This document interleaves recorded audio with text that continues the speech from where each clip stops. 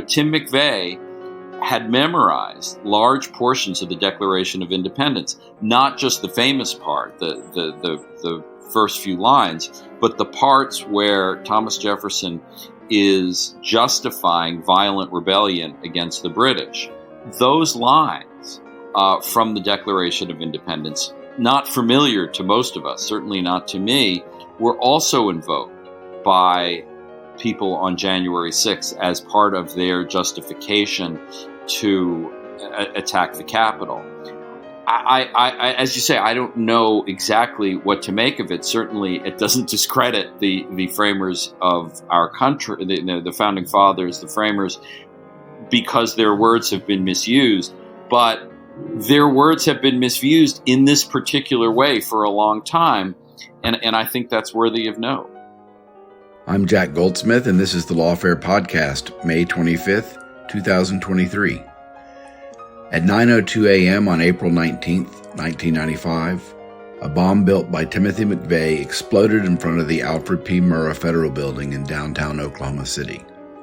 168 people died, and hundreds more were injured in what remains the deadliest act of domestic terrorism in U.S. history. Jeffrey Toobin has a new book about the bombing and trial called Homegrown, Timothy McVeigh and the Rise of Right-Wing Extremism. Toobin and I discussed the new and revealing information his book draws on concerning McVeigh's motivations and trial strategy, Attorney General Merrick Garland's consequential role in the McVeigh trial, and the long-tail impact of the trial on right-wing domestic terrorism in the United States, including the January 6 attacks on Congress. It's the Lawfare Podcast, May 25th, Timothy McVeigh and the Rise of Right-Wing Extremism. Jeff, the Oklahoma City bombing occurred on April 19th, 1995. So the first question is, why write a book about Timothy McVeigh, the Oklahoma bombing, McVeigh's trial, etc. today? Well, there are really two answers to that, Jack. One is I covered the trials of McVeigh and Nichols, which took place in Denver in 1997. So the story has been rattling around in my head for a long time.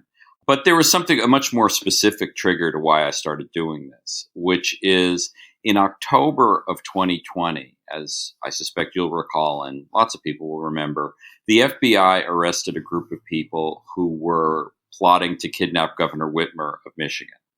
And they were affiliated with the Michigan militia.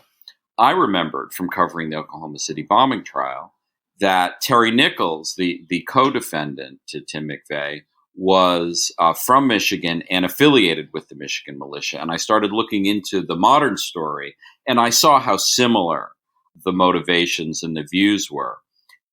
A handful of weeks later, January 6th happened, where I again thought that the political views of the violent right-wing extremists were similar to McVeigh and Nichols, and I decided to just sort of go back to the whole story. I happened at that point to find out that there was this incredible resource at the Briscoe Center at the University of Texas, which no one had looked at, which was Stephen Jones, McVeigh's lawyer, had donated every scrap of paper in his representation to the library. So, those are the combination of factors that led me to write the book. Okay, so I want to follow up on all of that, and I want to put off until later the relationship between the 1995 event and modern right-wing domestic terrorism. And we'll talk also about that treasure trove you found at the University of Texas, was it? Yes. So let's first start off by there are a lot of people who are listening who might not know much about the Oklahoma bombing or who Timothy McVeigh is, who Terry Nichols is. Can you just give us a sketch of what happened? Sure. On April 19th, 1995, Timothy McVeigh, having rented a Ryder truck in Junction City, Kansas, set off a fuse on a truck which he had parked in front of the Alfred P. Murrah Federal Building in Oklahoma City, and he scampered off to a getaway car that he had secreted behind a building nearby. The bomb went off at 9:02 a.m. 168 people were killed, including 19 children. I think something a lot of people remember is that there was a daycare center on the second floor of the federal building, and 15 of the children who were killed there were in the daycare center. It's a particularly horrific part of the story. Terry Nichols, McVeigh's partner, had helped him load the truck with the improvised explosives, but he was not there in Oklahoma City on April 19th. McVeigh picked April 19th because it was the second anniversary of the FBI's disastrous raid on the Waco compound of the Branch Davidians, and that was a major part, but certainly not the only part of McVeigh's motivation as a gesture of protest against that action by the FBI. But the story of why he did it is very much at the heart of Homegrown, and I think I have a somewhat revisionist take on why McVeigh acted the way he did, based on these news sources that I was able to find. Okay, so lay out that revisionist take, and then I have some questions about it. Well, the take is that McVeigh, to the extent he's remembered, is often described as anti-government and a lone wolf, both of which I think are more wrong than right. He was not anti-all government. He was not an anarchist. He was not someone who was a true lone wolf, like Ted Kaczynski, the Unabomber, who was active at the same time and whose story intersects McVeigh in peculiar ways. McVeigh was part of a movement. McVeigh was part of the right-wing extremist movement of the mid-90s. He was someone who was a regular listener to Rush Limbaugh. He was a devoted listener to Bill Cooper, a shortwave radio extremist. He was someone who read the publications of the right wing, the Soldier of Fortune, the Spotlight, and perhaps most important, he was as motivated. A lot of people know he was motivated by his anger about Waco, but he was just as angry about something that happened on September 13th, 1994, which was Bill Clinton signing the assault weapons ban. He was absolutely obsessed with fears that the federal government would take individuals' firearms away. And the specific inspiration to bomb this building in this way came from this terrible novel called The Turner Diaries, where Earl Turner, who was the hero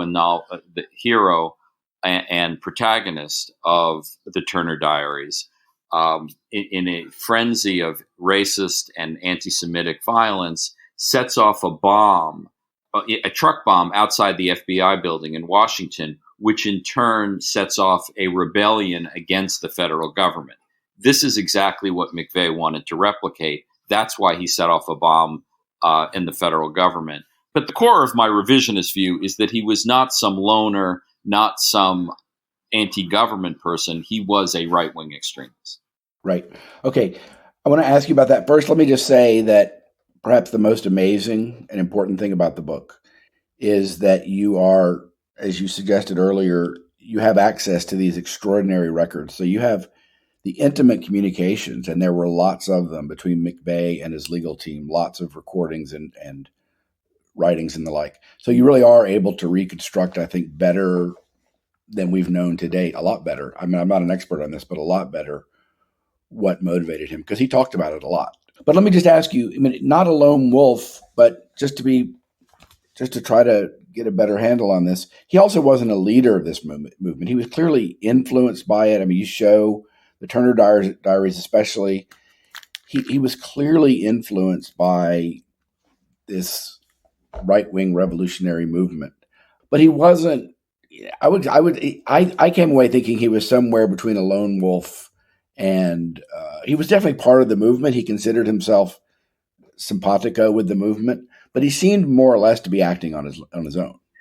He was, but that was not for lack of trying. One of the key differences between 1995 and, let's say, January 6th is the existence of the internet and social media. McVeigh said to his lawyers in a quote that really stuck with me, is he said to his lawyers, I know there is an army out there, but I was never able to find it. And McVeigh did circulate at gun shows, which was, I think, logically a place where he could look for allies. But he didn't have the personality, the temperament to recruit other people. He did recruit Terry Nichols. He did have a friend in Arizona named Michael Fortier, who was aware of the plot, although not a participant in it. But he didn't have the tools to recruit others and find like-minded people. That's the reason why the internet is so important. If you look at January 6th, if you look at the plot to kidnap Governor Whitmer, which was organized over Facebook private chats, if you look at the extremists who shot up the Walmart in El Paso, or the grocery store in Buffalo, or the synagogue in Pittsburgh, or Dylan Roof in South Carolina, all of them were radicalized and found allies on the internet. McVeigh didn't have access to that, and I think that's the big difference. And you're right, he didn't have the allies, but he didn't have the tools that later people had. And yet he seemed to think, and I found this almost unbelievable to the point of crazy, but I'm not in this mindset. He seemed to think quite firmly, or hope, that this event would spark a revolution. I mean, he literally believed, I think, correct me if I'm wrong, that this bombing, or he hoped that the bombing would, through some mechanisms which kind of remain mysterious to me, set off a revolution in the face of these things going on in the country that he detested. Fortunately, he was wrong about that. But there is no doubt that he believed that, and that came right out of the Turner Diaries, because that's what happens in the Turner Diaries, is that the truck bomb at the FBI sets off this counter revolution. I think, Jack, McVeigh was certainly not insane in any legal sense. I mean, he was rational. He was someone who knew what he was doing. But I mean, he was evil, and he was deluded, and he was twisted. And I think part of what happened in his own mindset is that the intricate planning for assembling the ingredients and choosing the target and figuring out how to make a bomb, the process took over for him, and the ultimate goal and what might happen afterwards, I think, receded somewhat.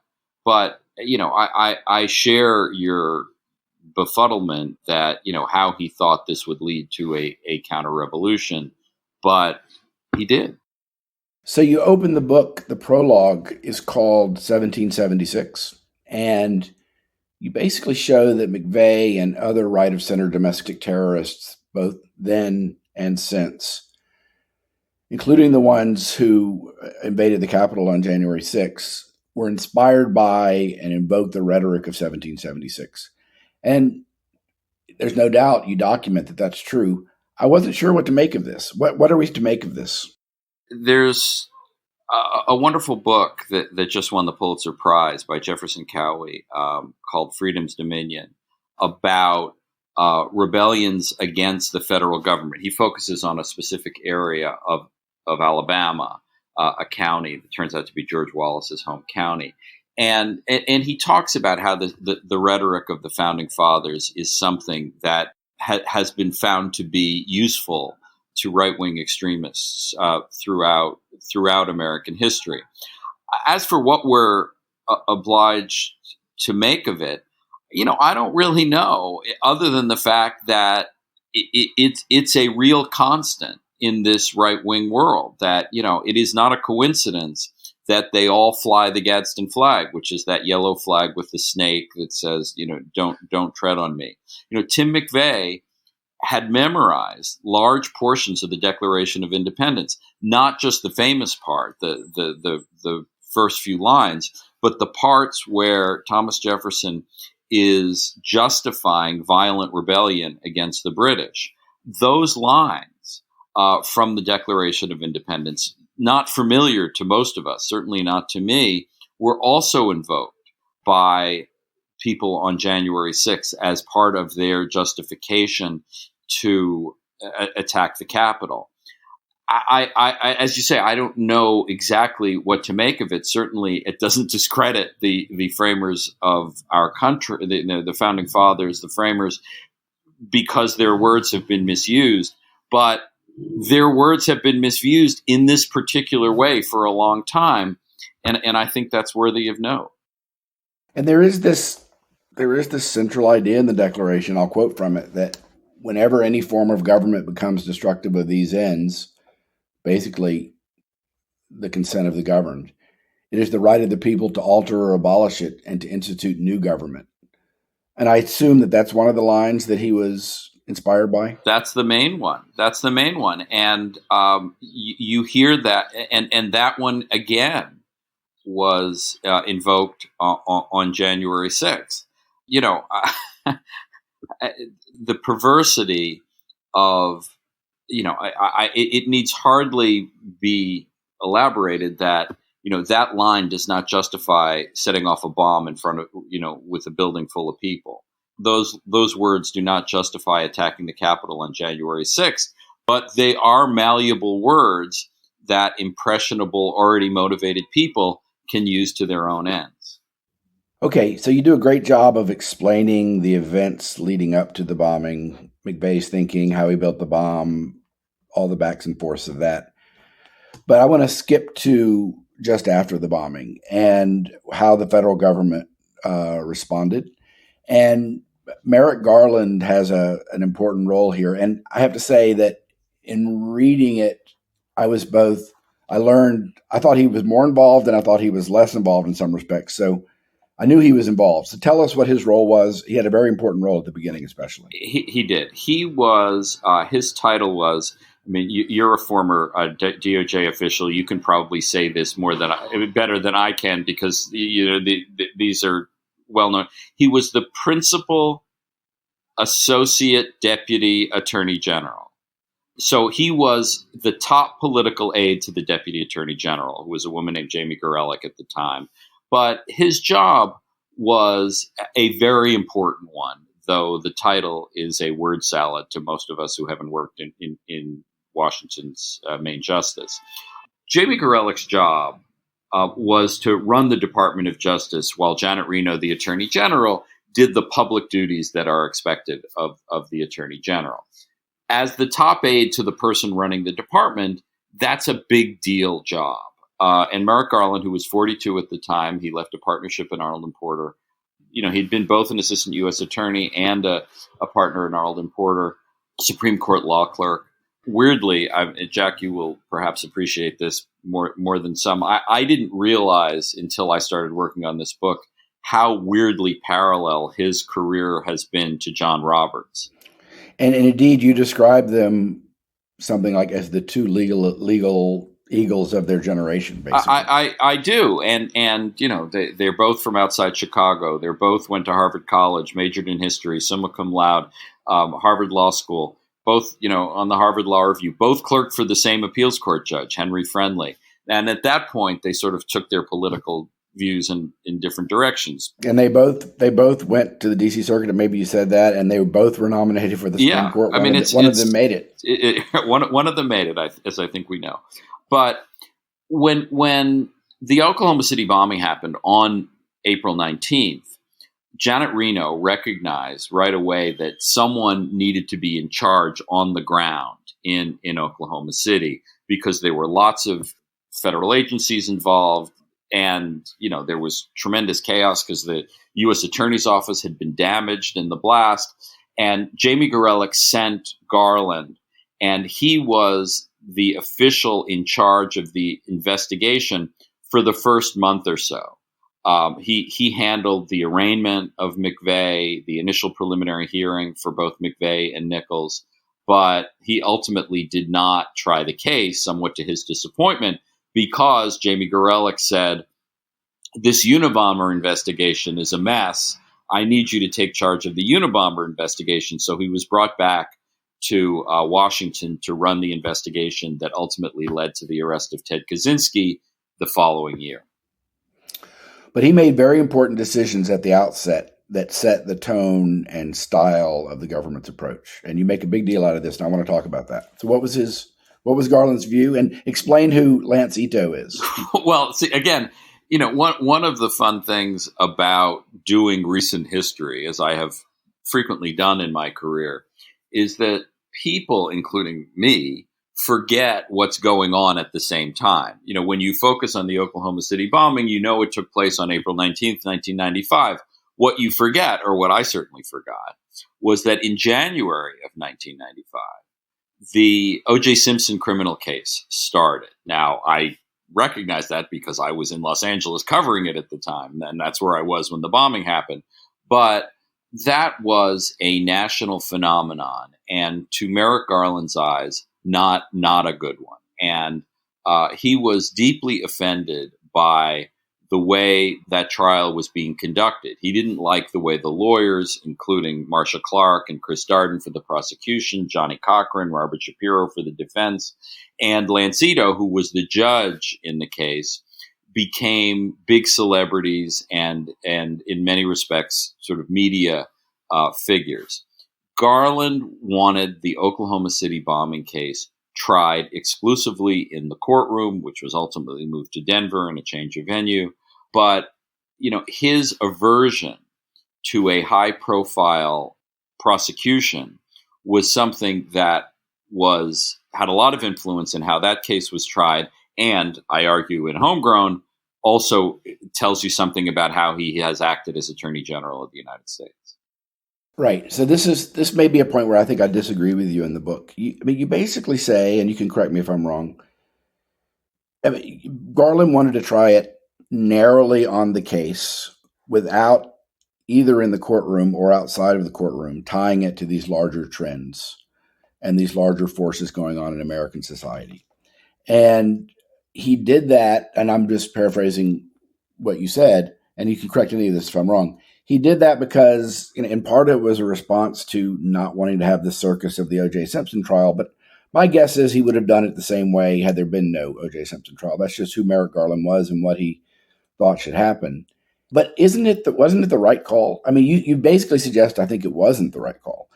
What exactly should he have done more? I mean, it seems like you wanted him to, in public before the trial, to speak. You compare what he did to what Bill Clinton did.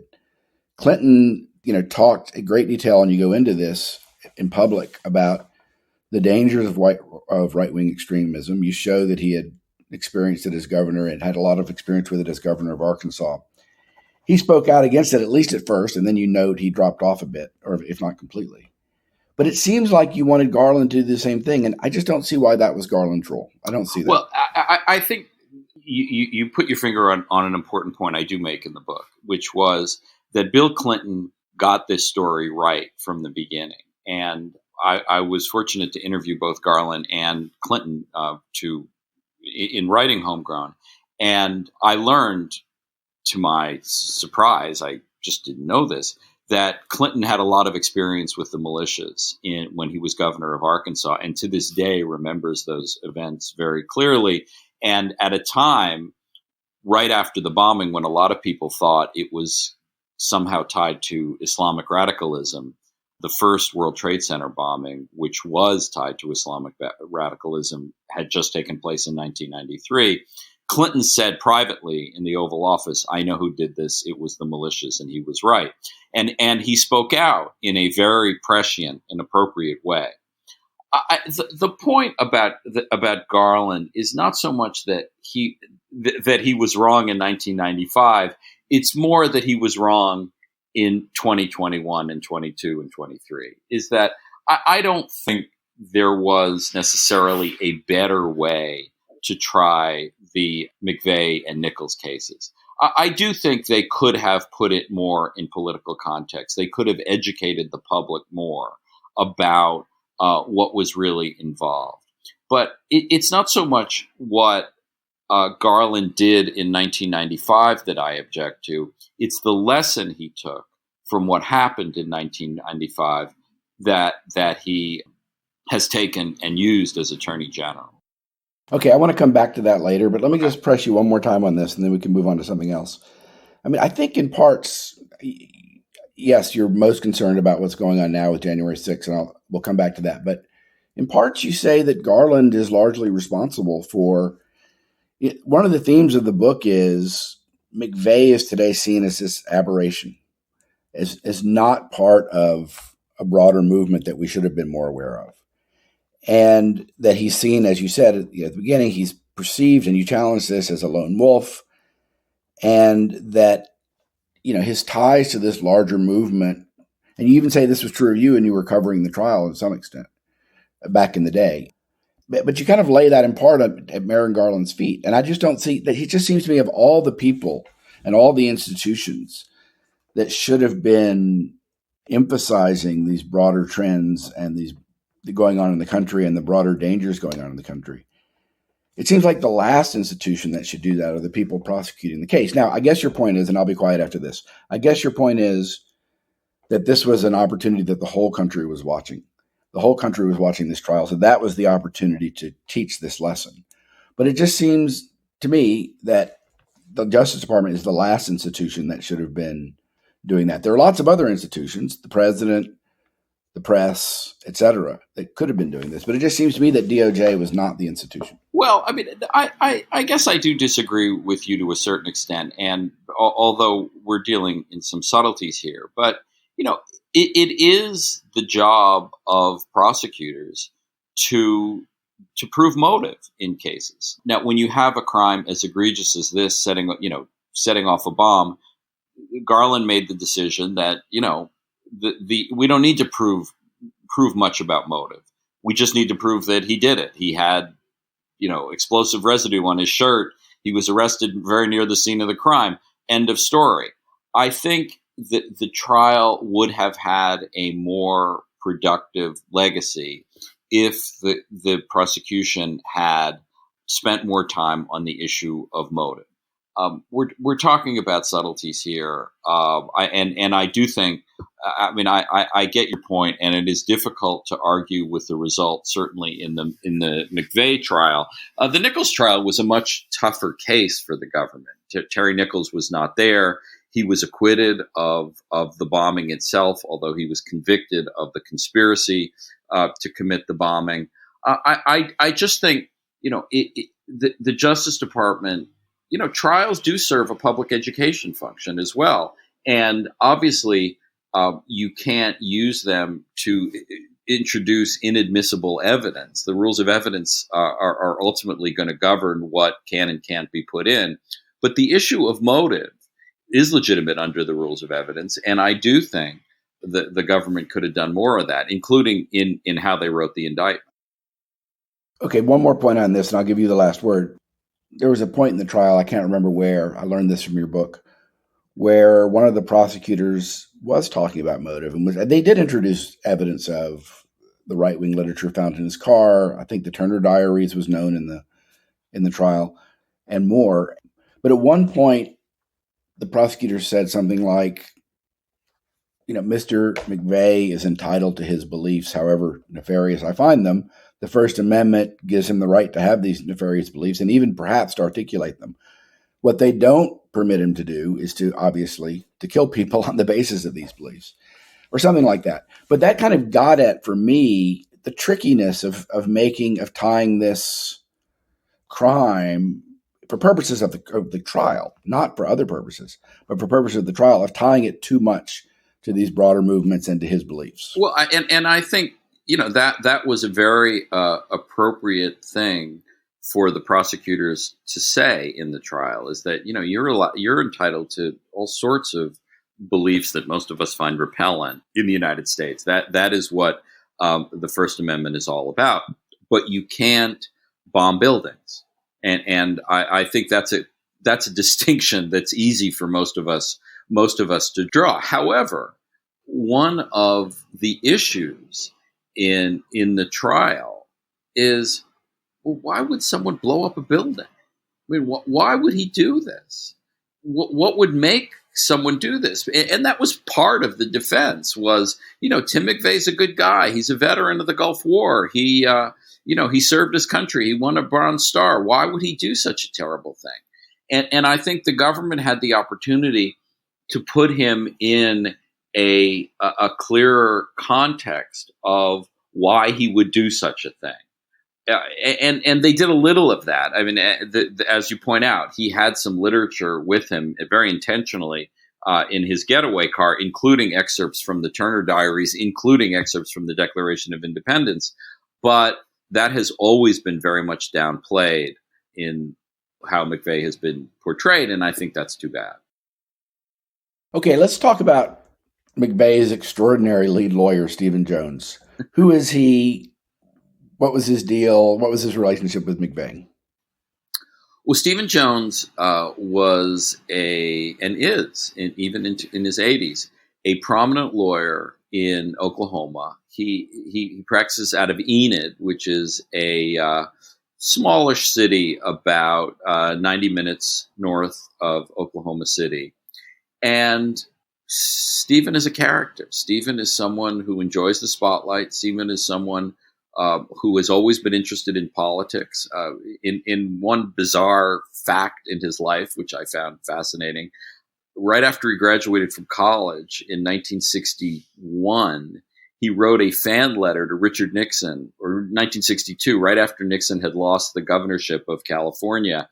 And Nixon invited him to be a research assistant for about a year. And so Jones worked for Richard Nixon when he was a very young man and moved to Oklahoma to run for office. He wanted to be a Republican politician at a time when Oklahoma was still very Democratic. He lost a series of elections for state attorney general, for the U.S. Senate. But, he had a taste for the limelight, and he was a very good lawyer in most circumstances. And he was, after the first appointee to defend McVeigh, withdrew because he knew people who had been killed in the bombing. Jones was appointed to defend him and did so throughout McVeigh's trial. So you tell there's so many remarkable things about Jones. One was that he really, again, correct me if I'm wrong, but he didn't really believe McVeigh when McVeigh said it was just him and Nichols. And he thought, and at least he pursued, that there may have been a global conspiracy. You talk about Merrick Garland basically gave the defense an open budget, and he spent a lot of time abroad checking into conspiracies. What was it? What was his belief about a conspiracy? What was McVeigh's view? And then I have a couple of follow-ups on that. Well, I think it needs to be said at the outset. Stephen Jones had a really hard job. I as someone who's covered a lot of trials, I think sometimes people get too involved in critiquing the lawyers when the facts usually are the most important part. And Timothy McVeigh was totally and incredibly guilty in this circumstance. And they had just tons of really probative circumstances. Oh, God. Totally, this was not quite a slam dunk, but close to a slam dunk.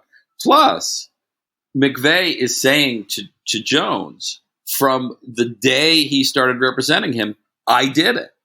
I'm proud of that. And I didn't do it with any help except Terry Nichols. Now, at that point, I think we need to recognize Jones had a difficult job.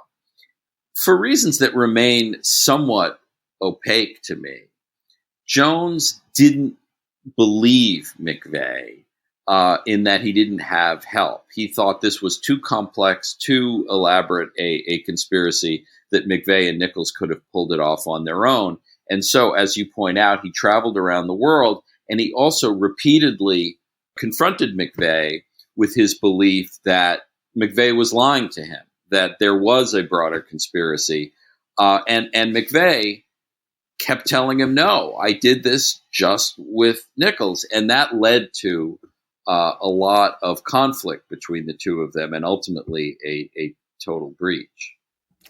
Total breach, basically up to and leading and in the middle of the trial. So talk about the lie detector test that he gave his client. Is this known, or does this come out of the Texas records? it is known that Jones gave him a lie detector test. The details came out, but you actually have the transcripts. I have the all the paperwork associated with it, and the results were peculiar and somewhat contradictory. McVeigh was registered as having told the truth about his own involvement in the bombing, but there was some indication of deception about whether he had help from others. He denied he had help from others, but that registered deception, which contributed to Jones' skepticism of his story. If I could just mention one piece of evidence from the case, which is one very important reason why I think McVeigh was telling the truth in that he had no help. And this was, a really terrific piece of work by the FBI. When they searched Terry Nichols' house, they found a phone card. And Jack, you're a very youthful man. You probably don't remember this. I wish. But back in the 90s, when you wanted to make long-distance calls, there were these phone cards that when you wanted to make a long-distance call, you put in a code and you could pay for the call that way rather than putting a lot of coins in a payphone. Some of your viewers might want to Google the words payphone to see what that is. They're available in antique stores all over the United States. Jones and McVeigh and Nichols bought a phone card from the Spotlight magazine, the right-wing magazine where they used to read. And they thought that way they could keep all their calls secret. It had precisely the opposite effect. All of their calls, including where they made the calls from, were recorded on this phone card, which they deposited money in so they could keep making calls on. The calls are like a diary of their activities in the months leading up to the bombing. Every call was analyzed, and there were no calls to foreign terrorists. There were no calls to other terrorists in the United States. The phone card is great proof that the two of them acted alone. And Jones, when confronted about the phone card, says, well, I just can't explain it. And I think the reason he can't explain it is because there's no explanation except that it was just the two of them in the conspiracy. So I came away from the evidence you presented, including the lie detector test, but despite that, thinking that it was McVeigh and Nichols and no one else, just as basically the story was told in the trial. And I take it my sense is that's what your view is as well. Exactly. But there was conspiracy theory in the air. And you talk about a blunder that in the indictment, and talk about what the stories were and how it impacted the trial. Well, what's interesting about this, Jack, is that the conspiracy theories fit the political agendas of people outside the trial, and with extraordinary precision. The right didn't want to acknowledge that McVeigh was a right-wing extremist. They wanted to dissociate him from that, and there has been a long-term effort, including a congressional investigation by a frankly eccentric congressman named Dana Rohrabacher from California, attempting to prove that McVeigh and Nichols had ties to Islamic radicals, including Osama bin Laden. Total fiction, as far as I'm concerned, but quite clearly an attempt to distance McVeigh from the right, from the right wing. There's been a parallel effort on the left, where McVeigh circulated at gun shows. On the eve of the bombing, he made a phone call to a right-wing compound in Oklahoma called Elohim City, trying to reach someone he met at a gun show. The left has often tried to prove that McVeigh and Nichols were part of a broader right-wing conspiracy that shows the pervasiveness, in their view, of right-wing violent tendencies. Both the left and right are wrong about this. There was no broader conspiracy, either on the left or on the right. You mentioned a flaw in the indictment. As a former federal prosecutor, I could certainly identify with this effort. In the indictment, which was reviewed by Garland and everyone under the sun in the Justice Department, there was certain boilerplate language that said, I'm not paraphrasing, but I'm sort of paraphrasing, McVeigh and Nichols and others known and unknown to the grand jury, which is just in all conspiracy indictments. And Jones used that language to say, see, the federal government even acknowledges there were unknown players in this conspiracy. The government did no such thing, but Jones, using the tools he had available to him, made trouble for the government in that regard. And was his idea to cast doubt on McVeigh's responsibility? Was that the idea that the government is hiding something? Is this part of a larger plot? McVeigh wasn't really as responsible. Was that the aim? I'm not sure. Well, see, that's where Jones's defense, and including it sort of fell apart, was, well, even if you believe that McVeigh had ties to Islamic radicals or leftist radicals, he's still the guy that set off the bomb. So what difference does it make? That was one of the many problems with his defense. But again, I want to be careful before I blame Jones for too much, because he had a client who was proudly guilty, and it's difficult to defend someone who was proudly guilty. Right. I mean, there's basically nothing he could do, in my opinion. I mean, and the government put on a fairly tight case, as you show, and they relied on the overwhelming circumstantial evidence. And there basically was nothing they could do. They tried lots of things. You were critical, I think slightly critical, of the deep push they did in trying to figure out whether there was a necessity defense. McVeigh wanted to claim a necessity defense, which is preposterous here, but they spent a lot of time on that. They looked at everything. Well, this defense was also what happens when you give lawyers an unlimited budget, which Stephen Jones had. He spent ultimately about $10 million on this defense. And, this is $1995. There were 18 lawyers. There were many investigators. As you pointed out, Jones traveled all over the world. I mean, this was a spare no expense defense. And McVeigh, seeing how many lawyers he had and seeing the resources that were deployed, developed a sense of entitlement about what he, any silly idea could be indulged, including the idea that he was somehow obligated to bomb the Murrah Building, which was truly ridiculous. So basically, McVeigh is found guilty. Nichols is found guilty. You have a wonderful account of the trial, and of the death sentence deliberations. And McVeigh is sentenced to death, and Nichols is not sentenced to death, and he's executed by lethal injection.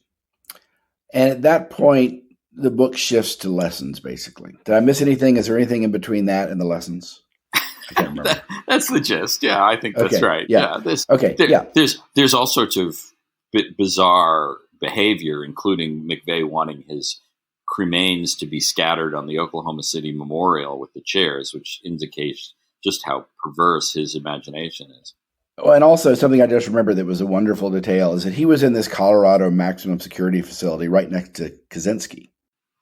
He was, and Youssef. Yeah, Ramzi Youssef, who bombed the World Trade Center. The three of them were on Bombers Row. Yeah, they were on Bombers Row there, and it seems like they hung out together a little bit. And you have an account of Kaczynski's view of McVeigh, which is morbid but interesting. Right, and McVeigh's view of Kaczynski, which I think tells you more.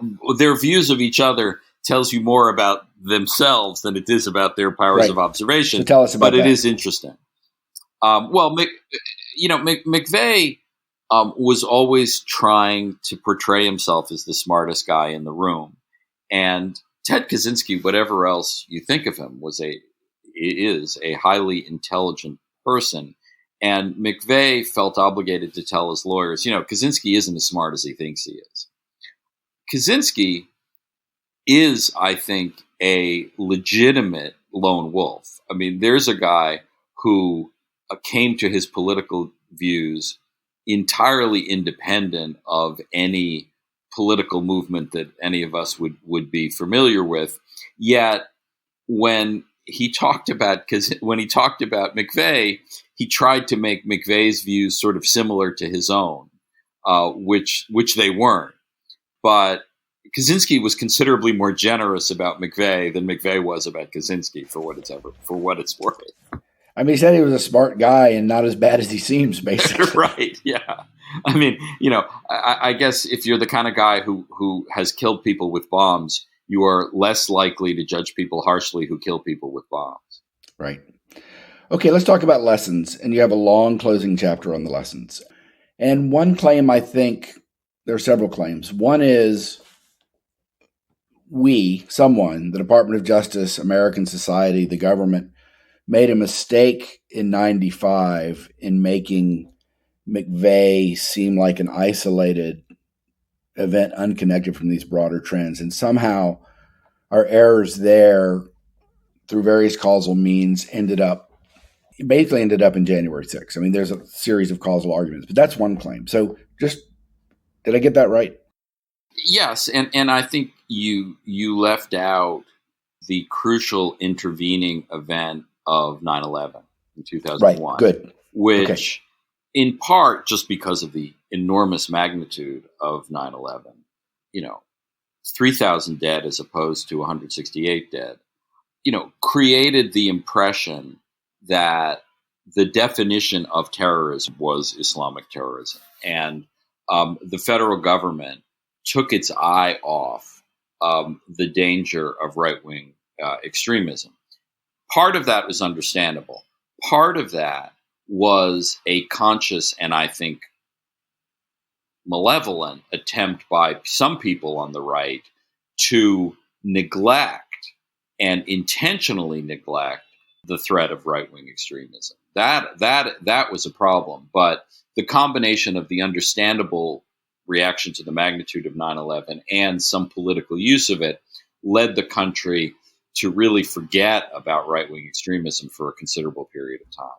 And one more thing, as you point out, is that the number of domestic terrorist attacks, right-wing terrorist attacks, any terrorist attacks, domestic terrorist attacks dropped after 9/11 for whatever reason. So not only did there seem to be this larger or different threat on the scene, but for a while, the threat really did appear to recede. Is that fair? It is fair, but the people who have studied this, have pointed out that right-wing extremism rises when there are democratic presidents. The anger at democratic control of the federal government is something that, and this happened with Clinton, and it happened with Obama, and it's happening with Biden. Trump is a separate category because there were so many on the right who were sympathetic to him, in the extremist right who were sympathetic to him. But the fact that right-wing terrorism goes up under democratic administrations is something that has been borne out in the previous 30 years. What should we have done? I mean, this is a large, serious problem. Domestic terrorism generally and right-wing domestic terrorism in particular.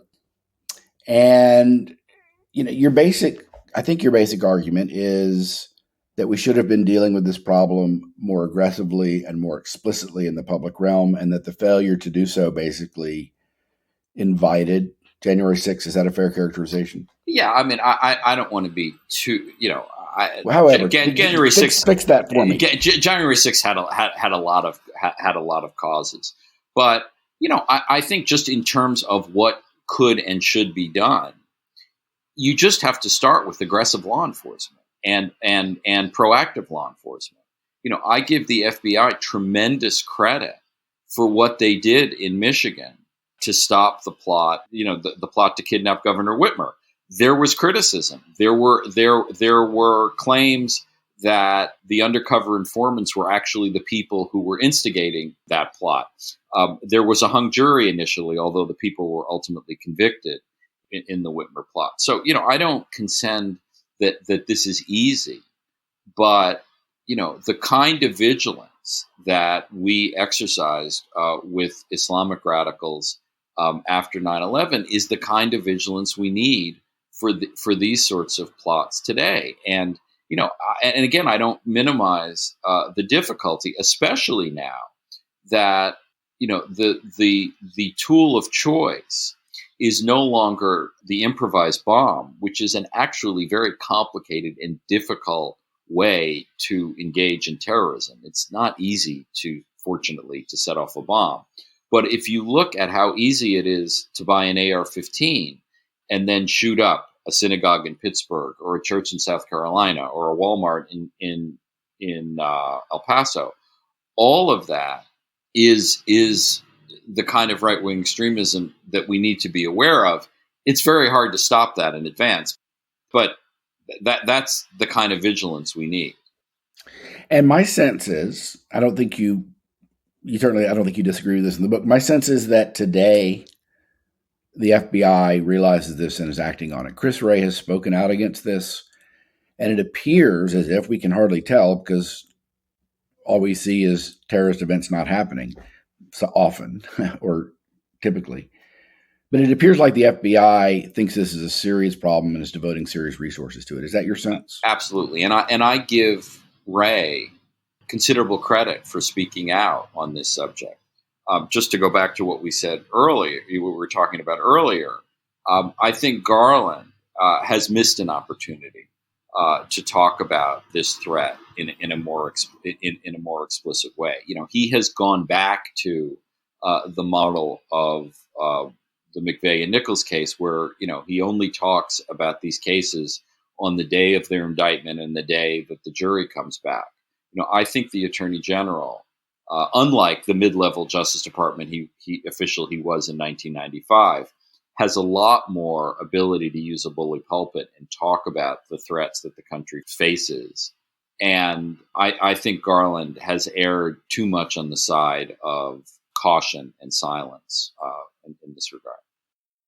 So I'm sorry to defend Merrick Garland so much, but there's nothing wrong with defending Merrick Garland. You interviewed him. You basically say he wouldn't even mention January 6th. He didn't even talk about it. Not basically. He literally said, "I am not going to use the words January 6th." Yeah. So let me make a defense. Merrick Garland is the first Attorney General after the Trump administration. We lived through 4 years of, in many ways, extreme politicization of the Justice Department, especially by the president, but also to some extent by people in the Justice Department. Garland is on the scene in part to try to restore the notion that the Justice Department is politically independent and not politicized. That's one point. Second point, so that's the context in the background. And we were all very critical of the Attorney General in the last administration speaking out about ongoing investigations. The other context is there are ongoing trials.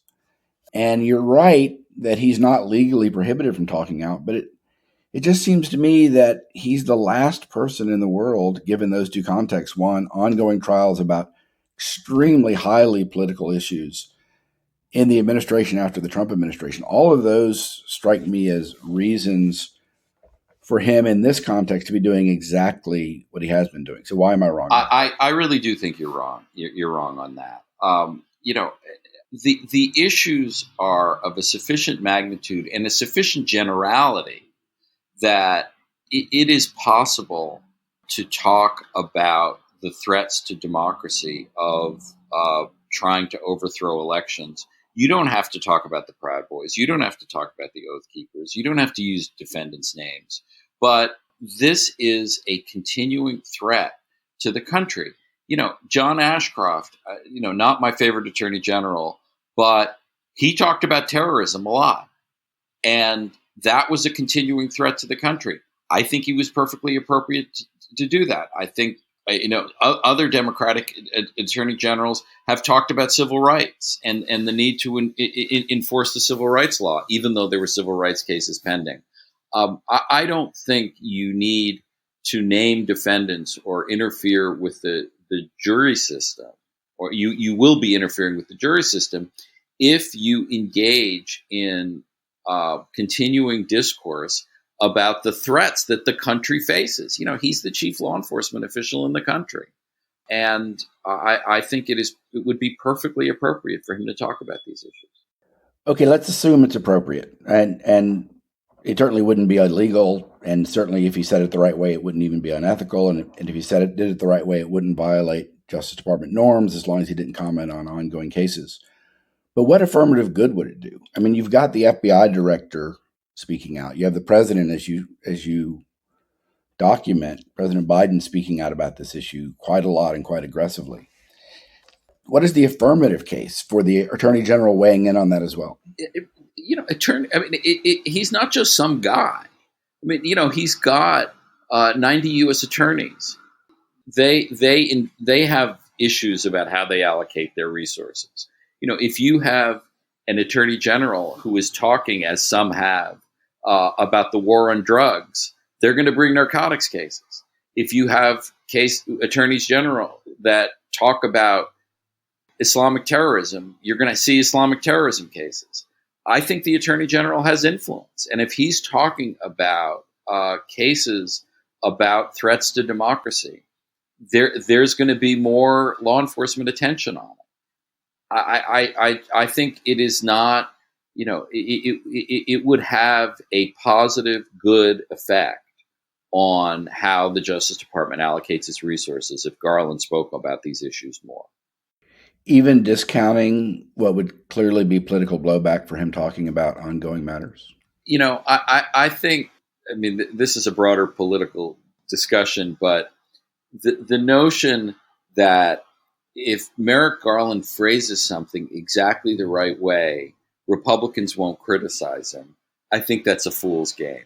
It's not about pleasing the Trump supporters who are going to be outraged no matter what. It's trying to do the right thing, independent of what the criticism you get is. Okay, we'll leave it there. Jeff Toobin, thank you so much. Jack, my pleasure. The Lawfare Podcast is produced in cooperation with the Brookings Institution. You can get ad-free versions of this and other Lawfare podcasts by becoming a Lawfare material supporter at patreon.com/lawfare. You'll also get access to special events and other content available only to our supporters. Please rate and review us wherever you get your podcasts. Look out for our other podcasts, including Rational Security, Chatter, Allies, and The Aftermath, our latest Lawfare Presents podcast series on the government's response to January 6th. Check out our written work at lawfareblog.com. The podcast is edited by Jen Patia Howell, and your audio engineer this episode was Max Johnston of Goat Rodeo. Our music is performed by Sophia Yan. As always, thank you for listening.